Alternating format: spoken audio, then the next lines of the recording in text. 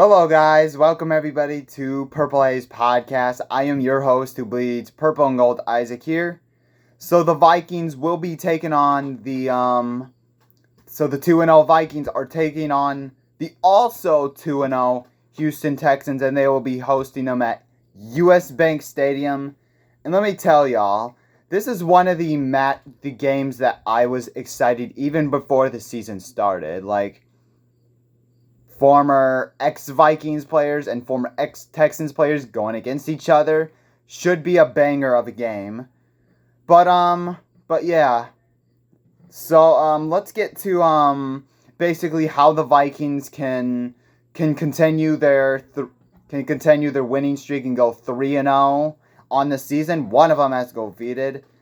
So starting off with the Houston Texans offense, really, though, there's only like one weakness in the Houston Texans offense, but we'll get to that. CJ Stroud, the Vikings defense isn't going up against Daniel Jones or Brock Purdy. Daniel Jones is god-awful of a quarterback, which it's a joke to have to sign that contract, which is a joke to the league. And Brock Purdy, He's a good quarterback, but not an elite. But C.J. Stroud, he is elite. He is an elite quarterback. C.J. Stroud, he's just a very good, phenomenal young rookie from last season. I expect that talent to not go away from C.J. Stroud. He's absolutely phenomenal with Houston. And also, you got some of the best. And you also got a good running game out of the Houston Texans. Joe Mixon and Dameon Pierce, which both of those two are out versus the Vikings, so they aren't gonna play. So they're gonna have Cam Akers. They got a phenomenal wide receiver trio too as well. Nico Collins, Tank Dell, Stephon Diggs, who they just added from Buffalo to Houston. And so, Stephon Diggs, though, man, he basically, I'm not really caring about Stephon Diggs really much, but, we'll see how it goes, though.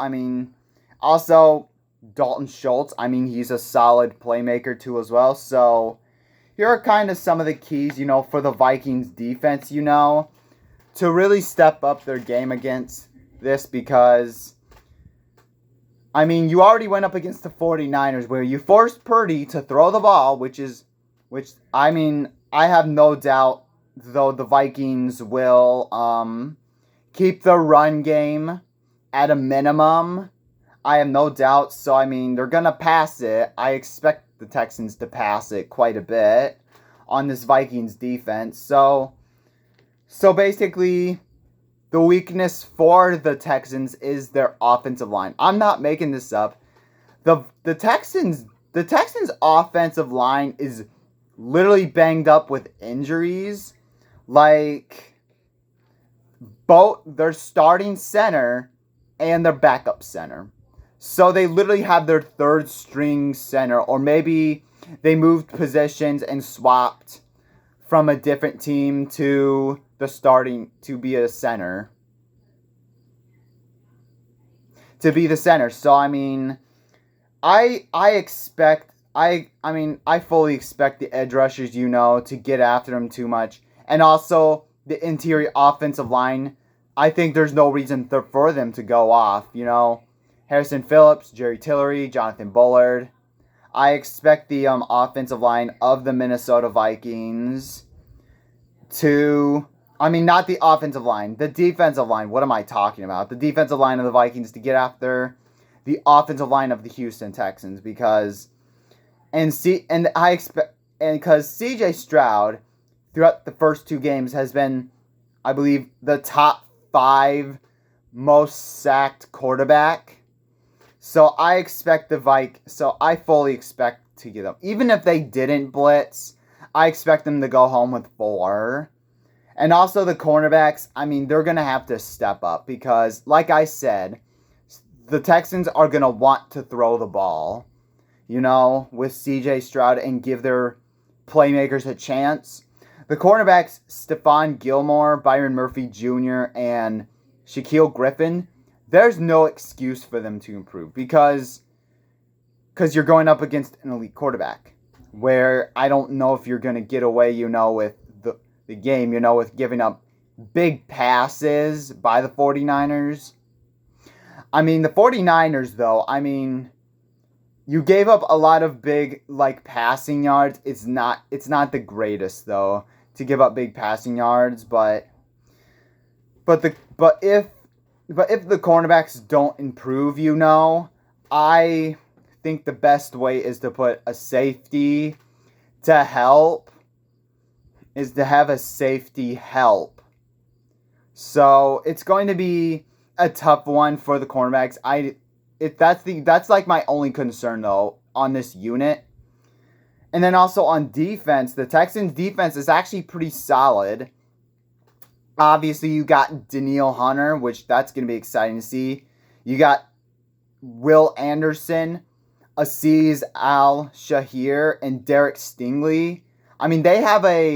Their edge rushers and their inside linebackers for the Houston Texans are actually really, really solid. So, I expect them, because that's what the Texans like to do, is they like to bring in Aziz Al-Shahir and Derek Stingley in for the blitz, which, honestly, if they can't get home before, they like to do that. So, I expect them to do that. So, obviously, the one thing is to protect the ball. That's the obvious thing. The 2 red zone turnovers against the Niners and the turnover to start the game against the Giants, can't do that. It's not coaching, maybe you got to discipline this team more, yes, but protect the football. That's the main thing, because because if the Vikings play at their talent, and I feel like they can win by a lot more. But that's no discredit to Kevin O'Connell, because he brushed off those turnovers and just simply didn't care and still won the game in spite of that. So, and that's what coaches should do. Speaking of coaching, also Kevin O'Connell needs to keep on being aggressive, and play to win, and always and never and playing not to lose is ultimately setting your team up for failure more than oftentimes than not. So, Kevin O'Connell, we need to see more consistency at play calling and at being aggressive. I'm going to trust Kevin O'Connell to do it, so we'll see how it goes, though. And also, it's going to be Danielle Hunter versus the offensive tackles, Christian Darrisaw and Brian O'Neill. I think this is one of the matchups, I think maybe though the tackles are going to struggle with Danielle Hunter, at either the left end or the right end. So, because Danielle Hunter is just one of those, underrated talents that the NFL really just hasn't gotten to know at all really much. So, it doesn't matter who he's going up against. Danielle Hunter's he's just going to get to the quarterback either way. So, I do expect, it would be a bonus, if they shut him down, but I just don't think it's going to happen. So, also the interior offensive line, should be able to protect Sam Darnold and open up holes. I expect that to happen. And also, for Sam Darnold, to stay confident also, too, as well. Just keep on doing what he's been doing, Just stay poised in the pocket, just do what he has to. Don't have to be big numbers. It don't have to be. Just, play football is all you need to do. So, this is going to be definitely a tough game, though, for the Vikings. I feel like another one.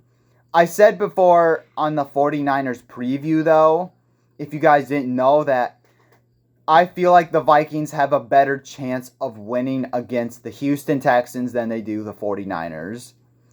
So, they won against the 49ers, so I feel like it's going to be even better against the Houston Texans.